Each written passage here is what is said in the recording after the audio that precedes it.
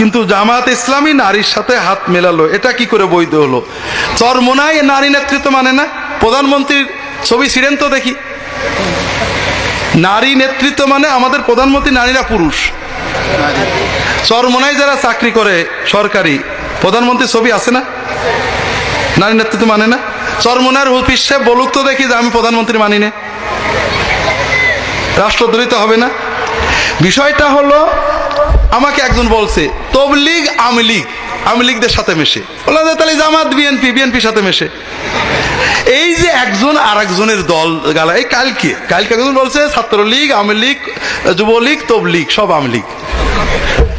তাহলে কেন বললে আওয়ামী লীগের সাথে মেশে? বলে কি মুশকিল, তোমরা তো বিএনপির সাথে মেশো, তোমরা বিএনপি। তো কথা হলো মিশা ভিন্ন জিনিস। তারা একটা যুক্তিতে এরকম, তাদের ইমানটা বড় কথা। নারী নেতৃত্ব বলতে জামাত ইসলামের আমিন নারী না, তারা বিএনপির সাথে মেশে। তারা একটা যুক্তি দিতে পারে, আওয়ামী লীগের সাথে একজন মেশে, বিএনপির সাথে একজন মেশে, মিশলেই সে তাদের সব মেনেছে, এটা বলা ঠিক না।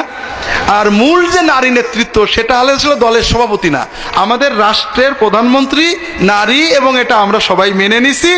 এই নেতৃত্বরা কবল থেকে আমরা কেউ মুক্ত না। মাদুলি গলায় দেওয়া যায় কিনা, কোনো আলেম মাদুলি দিয়ে টাকা নিতে পারবে কিনা? মাদুলিকে